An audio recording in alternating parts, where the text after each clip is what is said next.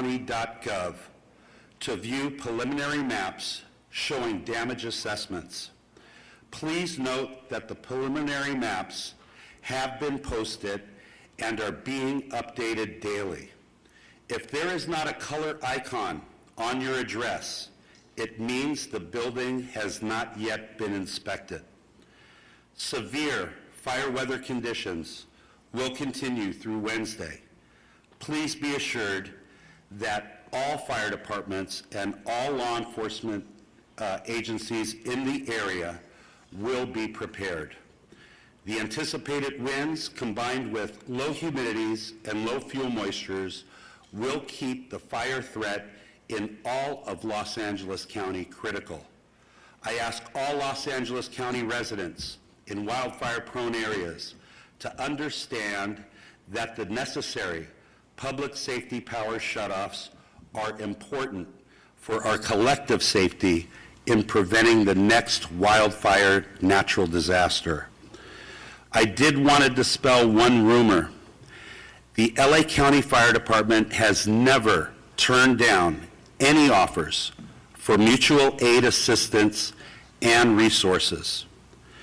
Repopulation will not occur until all areas are safe. Additionally, our CL-415 Super Scooper that was damaged because of a drone incursion is reportedly going to be flying tomorrow morning. It has been repaired, and we're waiting for the FAA to give us approval to fly again. Thank you to Board Chair Supervisor Catherine Barger and Supervisor Lindsay Horvath for your unwavering leadership and continued support throughout this unprecedented disaster. And finally, to all the Los Angeles County residents affected by this catastrophe, please be assured your firefighters continue to work towards full containment of these wildfires from the air and on the ground. We stand alongside each of you as you begin the repopulation of evacuated areas when safe and the rebuilding of your homes, your communities, and your lives. Thank you.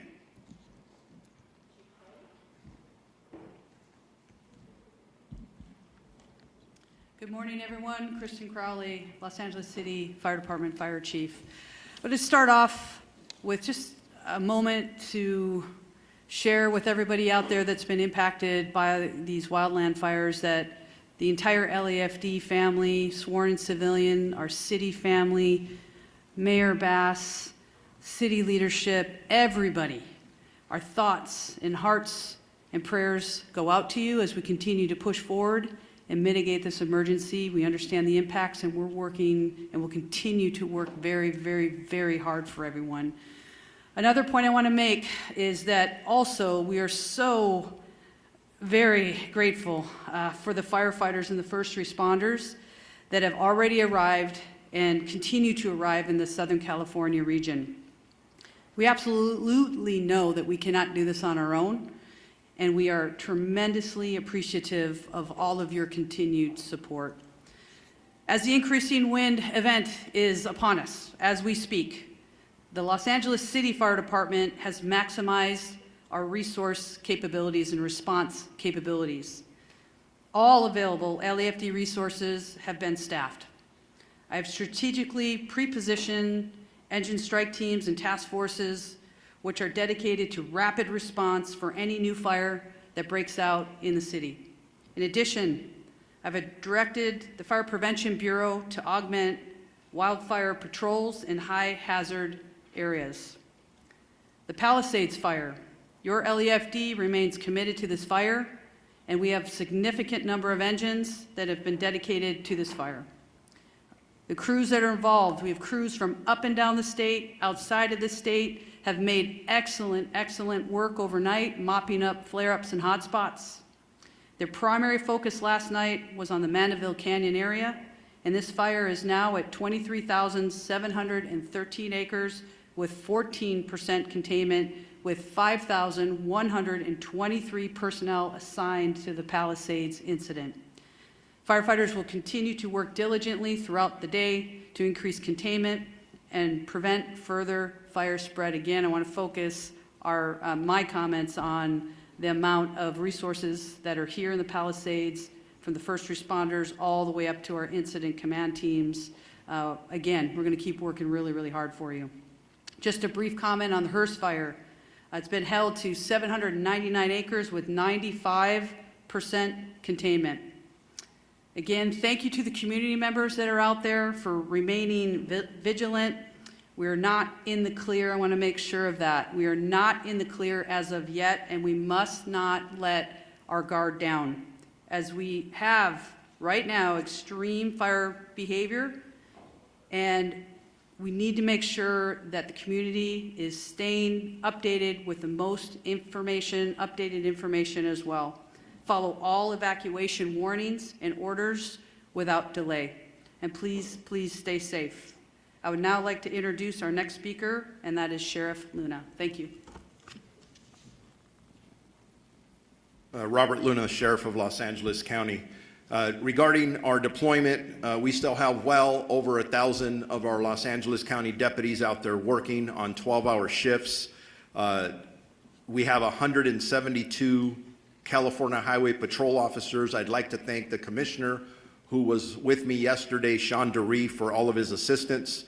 I also want to thank Major General Beavers. I was with him as well, and he has fortunately been able to increase the amount of National Guard assistance that he is giving us to up to 600.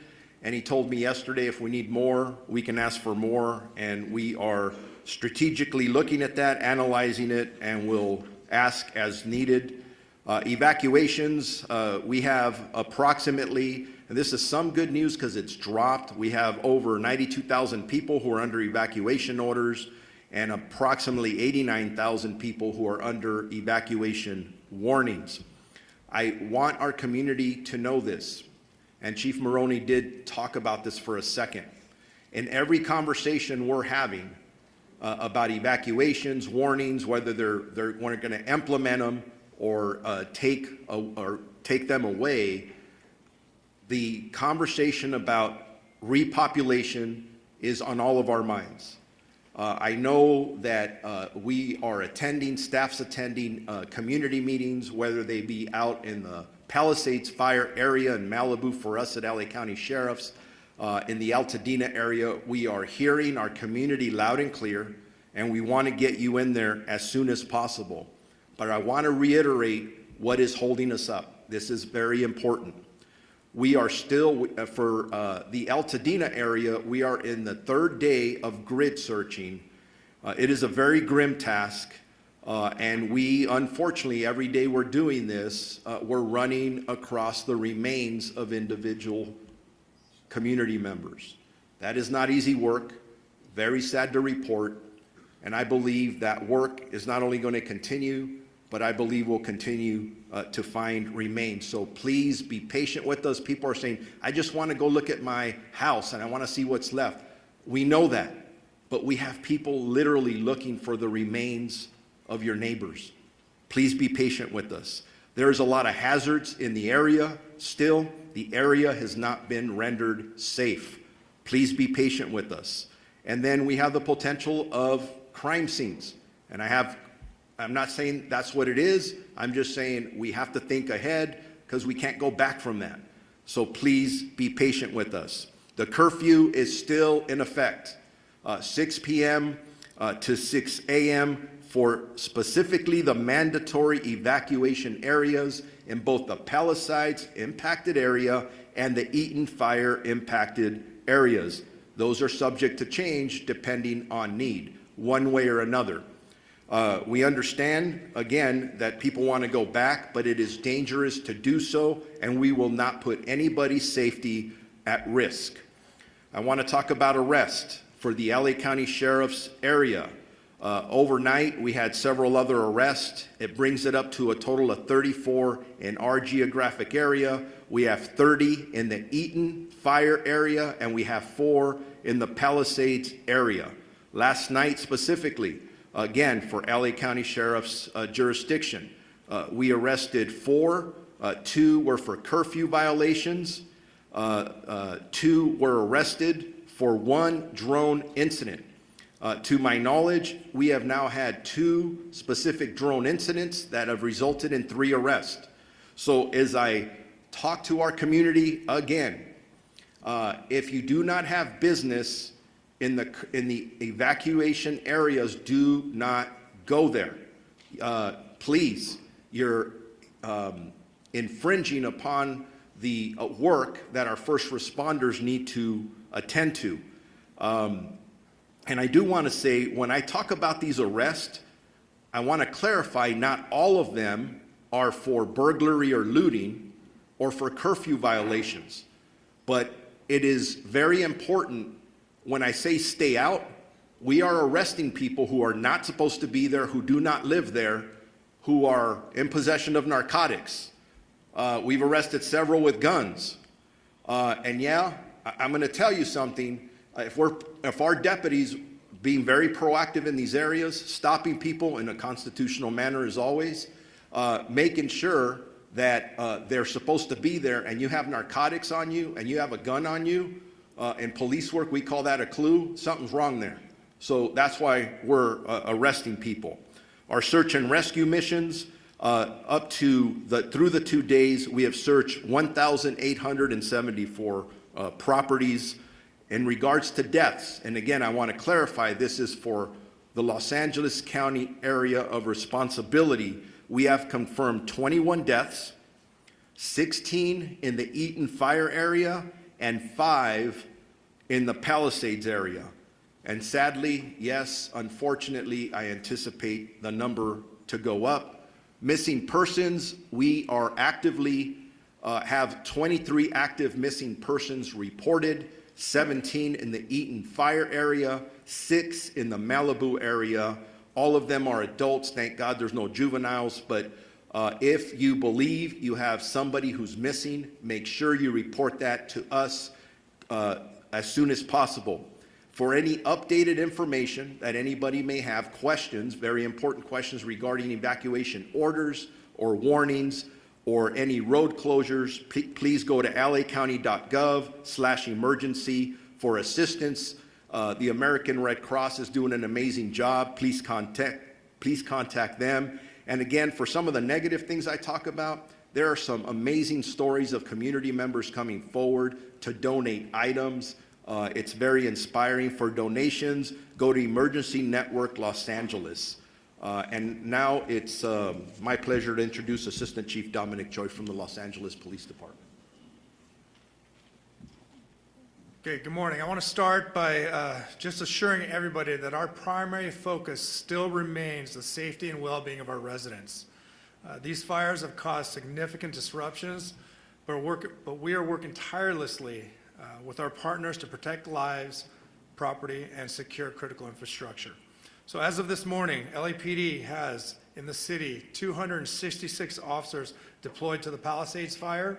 We also have support from our National Guard partners who have deployed 200 soldiers assigned to the incident. We're very grateful for their support.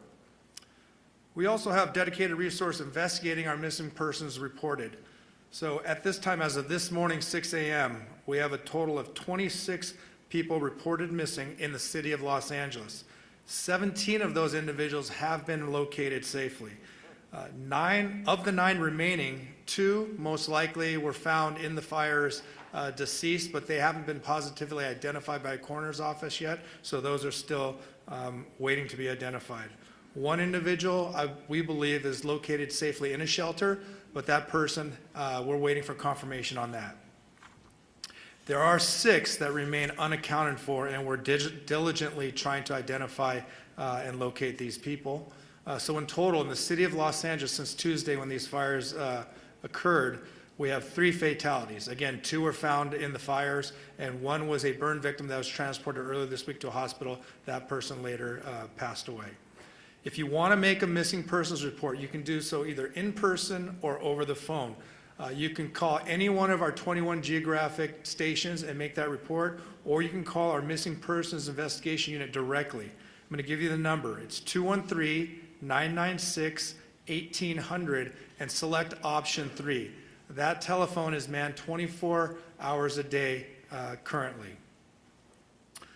As of this morning, the City of Los Angeles, related to the fires, has a total of 14 arrests, 3 for curfew, 1 for impersonating a firefighter, 1 for possession of burglary tools, 4 for burglary, 1 for DUI, 1 for felony vandalism, and 3 for shoplifting. As the sheriff just mentioned, it's not just for looting or burglary that you're going to jail or curfew. If you're in the area, you don't belong in the area, you will be stopped and questioned, and whatever crime is being committed, you will be held accountable for that. So please stay away from these evacuation areas. Regarding escorts, we talked about this a little bit yesterday, but we tried to be compassionate and put together a team to escort residents to their homes to either retrieve small pets or their medication. But that line became exceedingly large, and it was causing more problems than solutions. We have halted this escort service for the safety of everyone involved. Currently, we don't have any timeline of when we're going to open up that service, if at all. So please be patient with us. We know you are waiting. If you are still waiting at any of these checkpoints to be let in or escorted, please do not wait there. You will not be let in or allowed to have an escort at this time. Also, another important reason for stopping these escorts is because we have search operations beginning.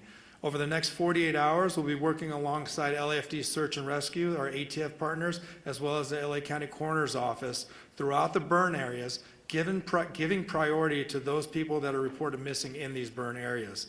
From there, grid search will take place that could result in crime scene preservation and then recovery of remains. We hope that the high volume of resources dedicated to this effort will expedite the process. And as many of you know, the dry conditions and winds increasing, it's possible that evacuation orders may increase. I know overnight we saw some of the evacuation orders turn into warnings, but we can absolutely see some of these areas increase to mandatory evacuations again. So we urge you, please heed these orders. It can save your life. And as we also previously mentioned, identifying the cause of these fires is critically important to all of us.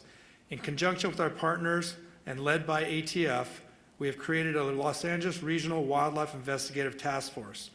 And while their work is still in the early stages, we're committed to identifying the cause and origin of these fires, and we're also committed to holding anyone who's responsible for these fires accountable. And to further protect the residents of Los Angeles, in the city, our curfew is also still in effect from 6 p.m. to 6 a.m. In short, if you don't belong there, don't be there. In closing, I want to reiterate that our department and all of us standing here this morning are with you. I want to express my deepest gratitude to the firefighters, our fellow law enforcement partners, and volunteers who are putting themselves in harm's way to protect our communities and help people recover. Their bravery and dedication are truly inspirational. We are also grateful for the patience and cooperation of our residents during this difficult time. We know this is not easy. Thank you and be safe. At this time, I'd like to introduce Los Angeles County District Attorney Nathan Hochman.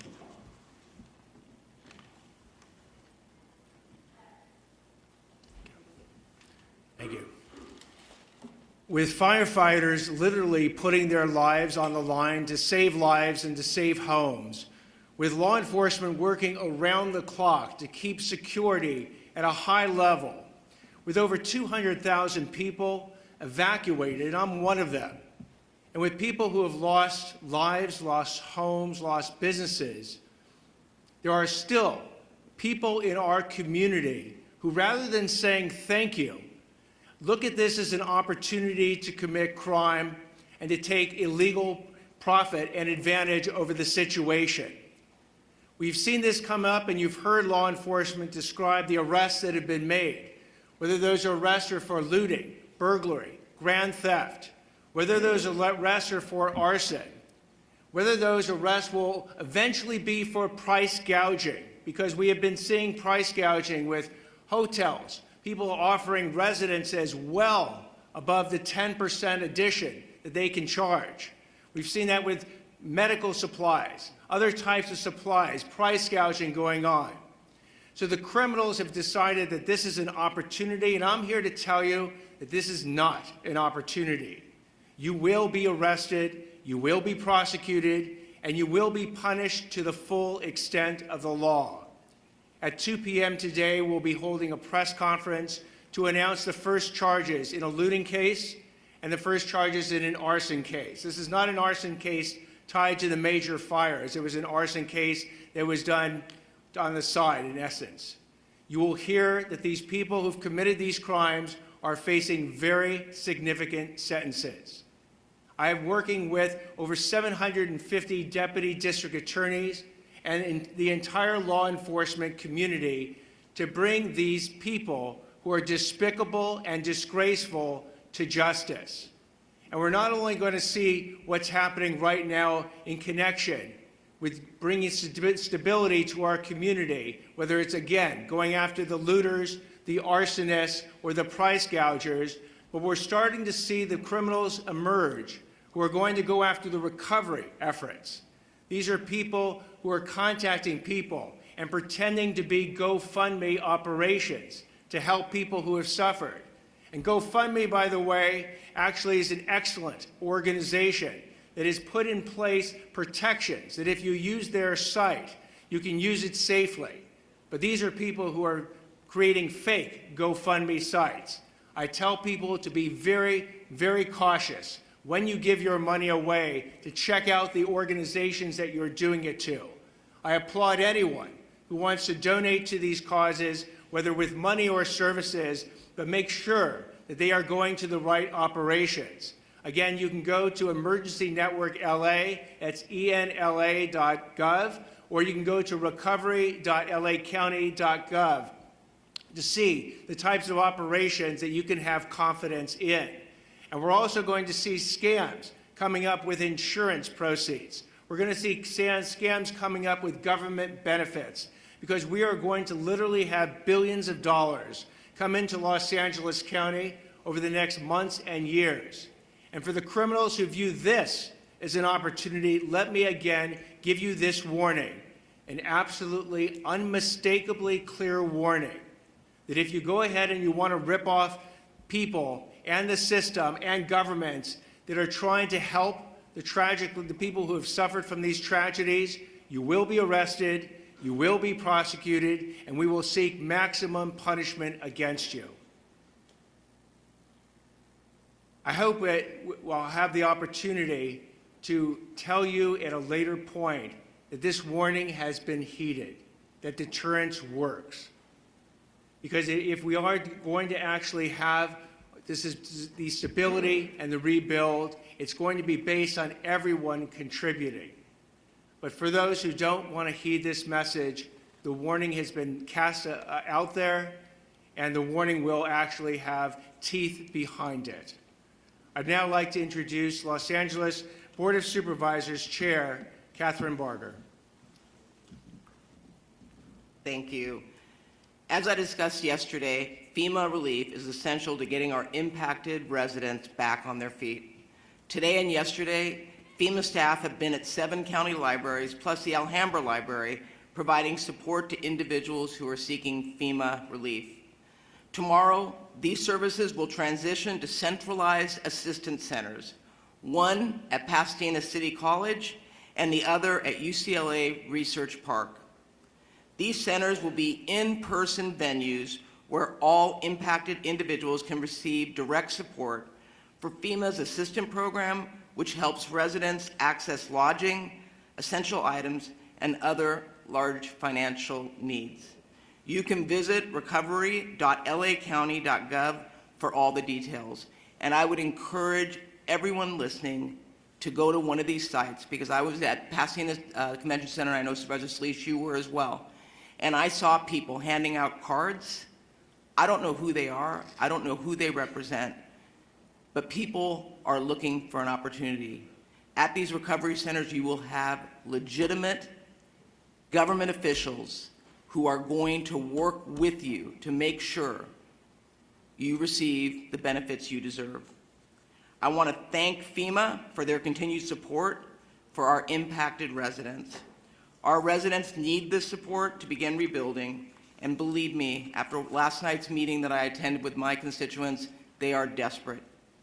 So many residents I've heard from, especially those without insurance, are concerned they won't receive enough assistance to rebuild their lives. On top of FEMA assistance, I'm going to be advocating for innovative loan and housing solutions to bring people back to their communities.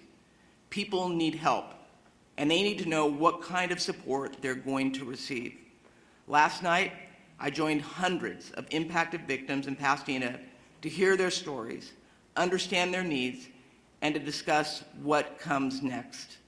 Many wildfire survivors I've met, spoke with, have repeatedly told me they're worried about the rebuilding process. Specifically, many have mentioned that they are eager to begin clearing debris and seeing what valuable possessions survived this devastating fire. I want you to know that yesterday, the governor issued an executive order to streamline this rebuilding process. This executive order is going to make rebuilding homes easier by cutting red tape and make it as affordable and efficient as possible for our residents to clear debris. Yesterday's executive order, along with the previous order to waive the CEQA requirement in rebuilding, are two unprecedented actions that will be essential to making our community whole again. I know that our wildfire survivors want nothing more than to begin the rebuilding process, and it is our job in government to get out of the way. Our neighbors deserve nothing less. To all the residents in our county, we must maintain diligence over the next few days as winds increase again. Please listen to law enforcement and their evacuation notices. And believe me, I heard last night, many are frustrated. These next few days are crucial in our fighting of the existing fires and also preventing any new fires. Thank you for taking it seriously.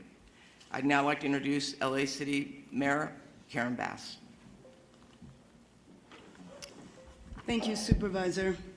Angelenos, as we continue to experience the shock, the grief, and the anger, we have to stand together, and it is in that spirit that we have seen hundreds, if not thousands, of Angelenos traveling all around the region to deliver supplies, clothes, whatever they think might help the victims of these fires. As we've mentioned, the National Weather Service is predicting close to hurricane force level winds, and so we're making urgent preparations. My top priority and the priority of everyone else is to do everything we can to protect lives.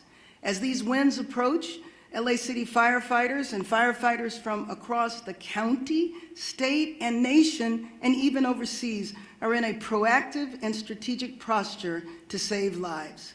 Firefighting resources from LAFD and fire departments from all over are positioned in strategic holding locations.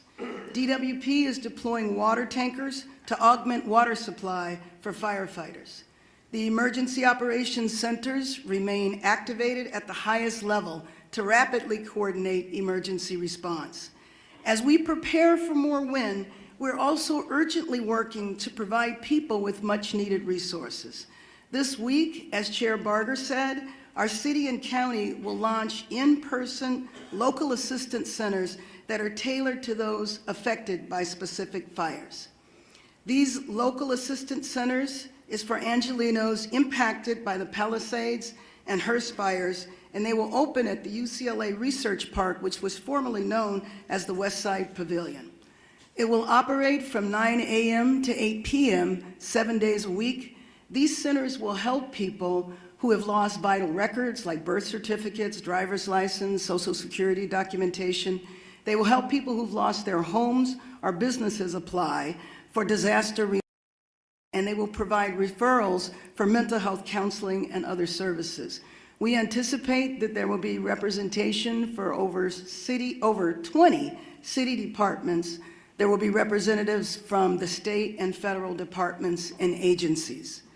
Later today, we are also going to be releasing policies on the city level that will help with the rebuilding process.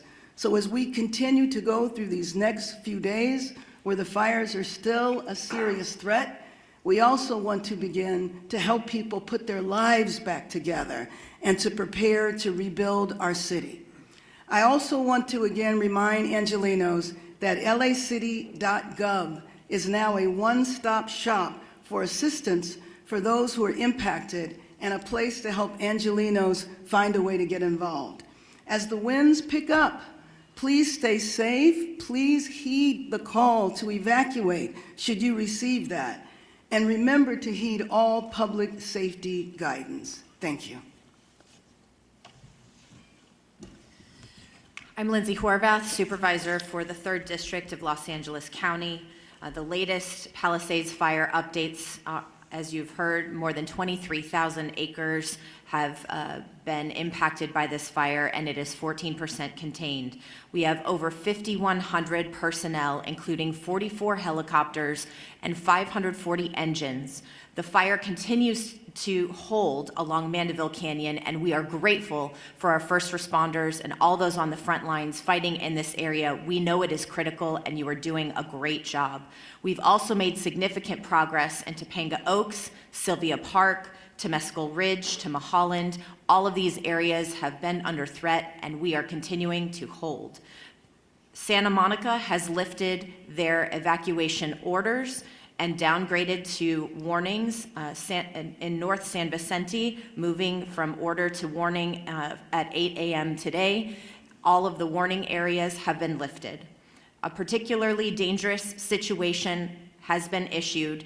Strongest winds from Tuesday morning until Wednesday. We strongly encourage caution and vigilance. This is the weather prediction that the National Weather Service had going into last week's event. So these conditions are significant, they are serious, and we need you to follow all orders. All Santa Monica Malibu United School District schools will remain closed today. All Santa Monica campuses, except for Roosevelt Elementary, will be open. All LAUSD schools will be open today, except Canyon Charter Elementary, Kenter Canyon Charter Elementary, Palisades Charter Elementary, Marquez Charter Elementary, Topanga Charter Elementary, Lanai Road Elementary, and Paul Revere Middle School. Our Department of Mental Health has resources for how to speak with our young people about wildfires at dmh.lacounty.gov. We need to support our children in this time and make sure they're able to talk about this tragedy. Our DMH helpline is 800-854-7771. Metro fares continue to be suspended for as long as conditions remain the same. We thank our chair of the Metro Board, Janice Hahn, and our CEO, Stephanie Wiggins, for their assistance. Palisades Post Office has been relocated to Rancho Park Post Office. Residents can pick up their mail at 11270 Exposition Boulevard on the first floor. Recovery.lacounty.gov has launched.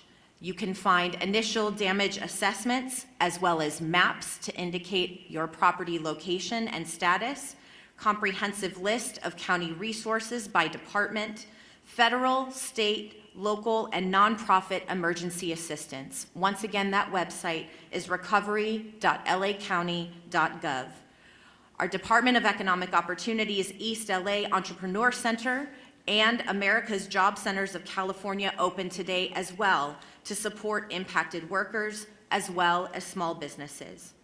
As far as public health updates, the air quality smoke advisory continues through next week. Please wear N95 masks outdoors.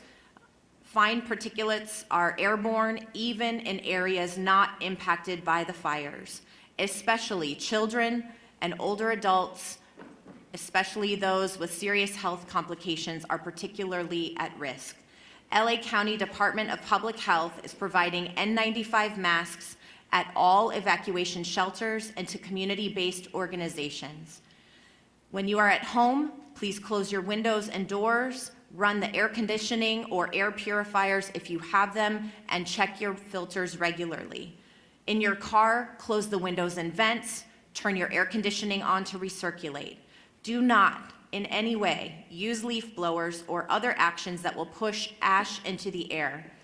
Follow all drinking water advisories, and due to ocean contamination, avoid the following beaches: Malibu Point at Surfrider Beach, Solstice Creek at Dan Blocker County Beach, and Inner Cabrillo Beach in San Pedro. To stay informed about the latest emergency orders, you can go to emergency.lacounty.gov. And I want to once again thank all of those who are on the front lines, keeping us safe through this very difficult time. All of our volunteers who have kicked into action to ensure that our community members are supported. And I also want to thank our governor for an additional executive order in addition to the one that he issued yesterday to expedite debris removal and to reduce the risk of mudslides. As we know, rain is predicted starting next week, and these complicated conditions may only worsen. We thank him for his foresight and his partnership. Helen Chavez, Communications Director for Chair Catherine Barger. Chair Barger recognizes and thanks the following elected representatives for joining us this morning and for their ongoing support during this emergency. We have with us 1st District Supervisor Hilda Solis, California Board of Equalization Antonio Vasquez, Santa Monica Mayor Lana Nagrete, and State Senator Sasha Renee Perez. We are now going to transition to the Q&A portion of our press conference. Please raise your hand and wait to be called upon. When you are called upon, please announce your name and the media outlet that you are with. We're going to go start right here. Oh, I'm sorry. I'm so sorry. Okay. Gigi Garcia, Fox 11 News. I have a question about the fire, but I'm going to start with this question. Maybe I'll have a second chance. Assistant Chief Choi, to most families, if not all families who have pets, they are like family to them. Tomorrow will be 7 days that those pets that are inside the houses that survived may be without water and most likely without food, which would put that in an extremely critical condition that could lead to death if it hasn't already. Is there nothing that can be done for those folks that are telling us they are desperate, they just want to go in, get their pet, and go right out? They don't want to look at the house, they want to get their animals out. The fire broke out at 10:30 Tuesday morning. Many folks were at work already and have not been able to get back. Yes, I can tell you my comments were specific to escorting that resident or those residents back to their house to do such things. There are other options that we can do. For example, officers that are patrolling the area can get a list of locations at the checkpoint. Officers can patrol these areas and go check themselves. I'm not saying that's exactly going to happen, but there are options where we don't have to leave a pet in there if we're made aware of that. So you can go to the checkpoints and talk to officers, but I urge you not to go there just to wait to go in to see your house, which is largely what a lot of these individuals are doing. They're waiting to be escorted to see their property, which we can't do. We still aren't doing medication and pets. However, we can come up with a way where if somebody knows a pet is in the residence, that we'll do everything we can in our authority to go in there and get that pet. And then, Gigi, on that note, Pasadena Humane Society is actually going into the Altadena area that's under evacuation orders and feeding pets. So there is, we will link up and see if we can duplicate that. Woman right there in the right, yep, and then we'll go. Oh, you've got to hold on to great. Sorry. Hello, Jane Secker, Sky News. A couple of questions. One to Fire Chief Maroney. More bad winds on the way. We know the conditions, as we've just heard, are going to be the same as last week. How confident are you that you're better prepared this time? And also a question for Mayor Bass, if I might. Our correspondent David Blevins asked you last week if you owe the people of Los Angeles an apology for cutting the fire budget. You didn't respond to him then. Would you like to respond to us now? So for the fire question, thank you. We're absolutely better prepared for this coming PDS, the severe fire weather event. You've heard the statistics, number of personnel assigned to the incidents, over 5,000 firefighters assigned to the Palisades fire, over 3,000 firefighters assigned to the Eaton fire. The state, under the leadership of Governor Newsom, has set up a mobilization center in Banning where we have resources staged that can come into LA County to assist with a new fire start or the expansion of one of our existing fires. We also have numerous aircraft, local government aircraft, helicopters, we have water bombers, we have retardant fixed-wing aircraft from the state and federal government, we have military aircraft. So we've not only augmented the ground resources, but also the air resources. I think that we're very well prepared for the next event, but that's never going to be, we're never sure that we're going to be able to catch the next fire and keep it small. They said 70-mile-an-hour winds. It's going to be very difficult to contain that fire. That's why we ask all residents in a brush-prone area to be prepared to evacuate if you get the evacuation order and start those preparations before the evacuation warning comes. Thank you. It was a two-part question to that, correct? My focus is on us being prepared as a city for tomorrow. As you began, we could face another very difficult situation for thousands of Angelenos. When we are past this period, there will be an evaluation of everything that went on. And at that point in time, we will see there is not agreement as to whether or not the budget was cut. All of those issues will be resolved when we are clear that Angelenos are safe and we are ready to rebuild our city. Thank you. Thank you. We're going to go right here in the middle. Next. Jonathan Bigliotti, CBS News, for Mayor Bass, please. Last week, many people were working and could not get back in time to properly evacuate. As we've discussed in this room, there were pet care issues, health care issues, child care issues. Now ahead of this latest event, you have businesses that are proactively closing, essentially treating this event like it was a hurricane or a blizzard. If they are taking those steps, why are you not implementing broader closures right now to keep your constituents safe? We are doing everything we can to keep Angelenos safe. If there is a need for closures, that will be done. But right now, we are in preparation for tomorrow. Thank you. Is this the data to treat this like it is a hurricane or a blizzard? Absolutely it is, which is why you see everybody here standing united, prepared and ready to address what, if hopefully we won't experience, but we are ready, we are prepared, and we will continue to do everything we can to keep Angelenos safe. Thank you. But now this is important because this is the fourth time we've had these dire warnings. Each previous time there has been loss. So this is a critical time to make those decisions. In hurricanes and blizzards, like I've discussed, people stay at home. Businesses are closed. People can then prepare to evacuate so there aren't pets left in their homes. There aren't children with daycare providers. They're scrambling. They scrambled last week. There are pets. So the question is, what are you doing to make sure that that doesn't happen today? Okay, we're moving on over here in the back right there. Hi, Morgan Windsor for ABC News. I have two questions. One for fire officials regarding the status of the investigation on the Eaton fire, and then a second for perhaps the district attorney on price gouging. The first question, I'm wondering if officials are honing in on the transmission towers owned by Edison in the area of the Eaton fire as a possible source of ignition. Yeah, thank you for your question. I'm going to turn that over to the LA County Sheriff. The cause of the fire is still under investigation. The sheriff might have an update for you. If it is arson and not the transmission tower, then that would be a crime. I'd like the sheriff to speak to that. Simple answer to that is yes. We're looking at everything. We have a team that is obviously focused on the response as we prepare for any event, and then the investigation, not only into the recovery of the remains and the issues surrounding that, but anything that would have caused any of the fires anywhere in our jurisdiction. I think the assistant chief from LA talked about a task force. We're on that as well. We're working together, and we expect to find answers.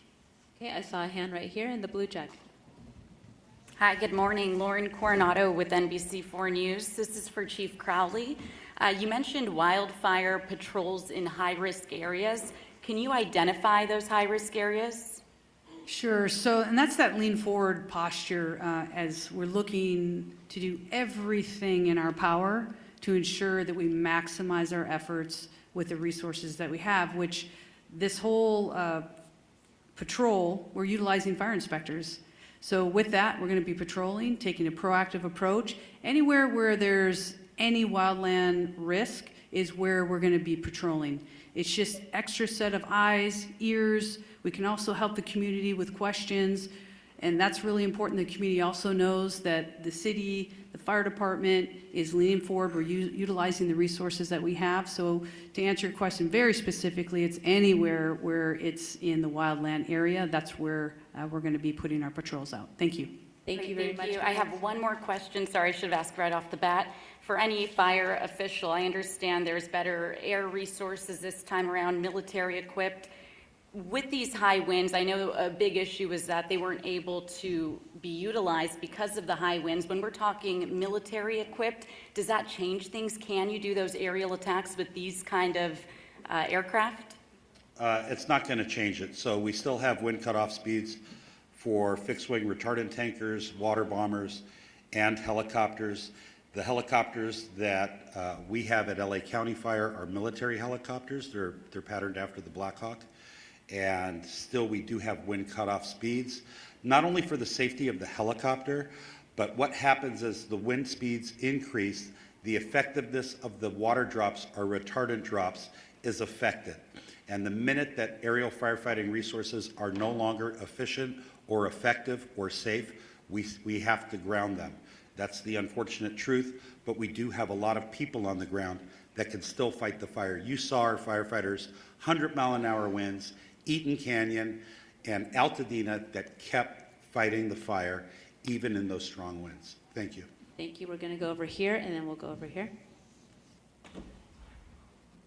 Thank you. This is Dave Zonizer at the Los Angeles Times. I was wondering if you could go sort of fire by fire and tell you where you are on determining the origin. Are you guys looking at whether or not New Year's Eve fireworks might have been a trigger for the Palisades fire with something then flaring up later? I know you mentioned the Eaton Canyon fire, but can you tell us, for example, is arson being viewed definitely as the cause of the Sunset fire? Could somebody just walk us through each of them? Yeah, I mean, I could talk about, so right now we have the task force that is robust, that is, they're identifying cause and origin for each of these separate fires. There's so many of them. None have been ruled out of arson. They're ongoing investigations, but also the Palisades fire specifically, since that's the one that's still rampant in the city of Los Angeles, there's been no definitive determination that it is arson at this point, but we're looking at every angle. Anything more specific? It's an ongoing investigation. If I could, I would. I don't have the answer for you. Understood. Thank you. And we're going to go right here. Hi, this is Kate Cagle from Spectrum News 1. I have two questions. One for Fire Chief Maroney. Is there a definite threshold for wind speed when those aerial drops have to stop? Like, is 70 miles an hour that threshold? And then my other question is, given how dense some of these neighborhoods are where we've seen orders and warnings, I mean, all the way to Wilshire and Santa Monica last week, we've seen gridlock when people are trying to all get out at once. Have you guys worked on addressing that issue if people do have to evacuate tonight from an extremely dense area like we saw with the Sunset Fire? Folks just couldn't get out because traffic was jammed. How do you address that? Yeah, so to answer the first part of your question, there is a specific threshold. And I don't remember what that threshold is, although I used to work at air operations. 30 to 40 miles an hour is beginning, I believe, to be that threshold. I'll see if our CAL FIRE partner from the state of California remembers what that threshold is for helicopters and fixed-wing air tankers. Please say your name and your... Good morning, Jerry Magana with CAL FIRE representing the incident management team. So with the specific aircraft, they all have a different limitation. The problem is when you have substated winds, over 40 miles an hour is the issue. The problem is the gusts. So the gusts peak and the aircraft limitations or capabilities are then limited based on approach and departures, as well as Chief mentioned, the drop accuracy. So each aircraft will have that limitation based on the manufacturer's recommendation, and then as far as the safety component, usually the limiting factor is gusts over 30 miles an hour, but the sustained winds, anything over 40, is pretty much going to ground most aircraft. So again, each one of those aircraft have those specific limitations, but as an overall general rule, safety rule, the gusts is what is the issue, and this is what the gusts that we've been having. Thank you. Can you restate, please, your name and spelling? Yes, Jerry Magana, Gerry. Last name is Magana, Magana, representing the CAL FIRE incident management teams. Thank you. Thank you so much. We have two last questions. There's a clarification over here. I'd like to answer the I'm second so part of sorry. the question regarding community congestion and people leaving all at once under the evacuation order.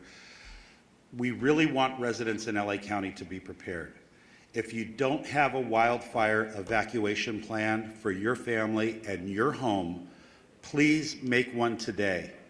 Visit www.fire.lacounty.gov/RSG.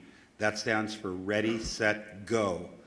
I would recommend, in an abundance of caution, if you get an alert on your telephone for an evacuation warning, leave then.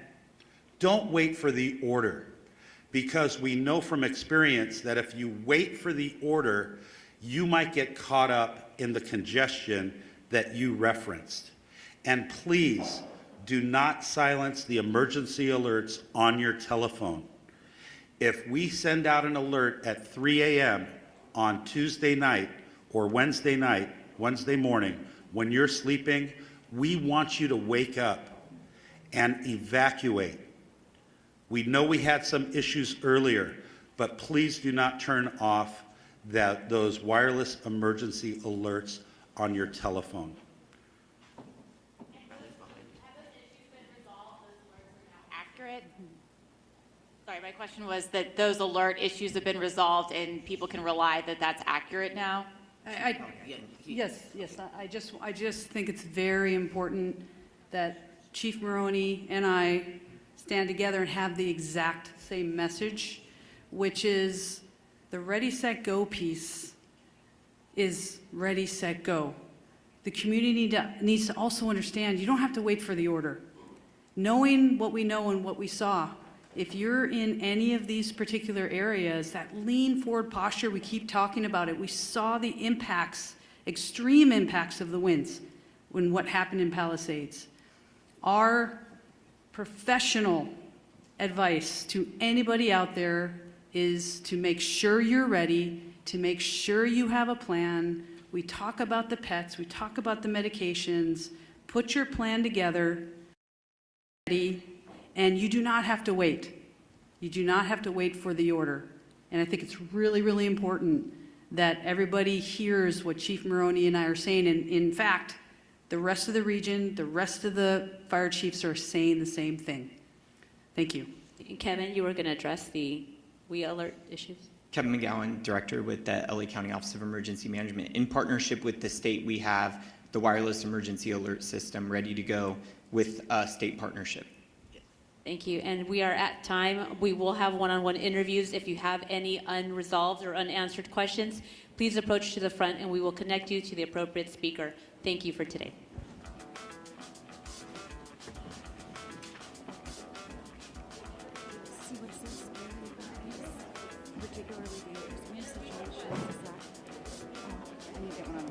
But is that the aerial attack? Can I get why it can't be done? Because it just physically can't be done. But it's like, yeah, I have to go get some, military X amount of this, X amount of that we can't use.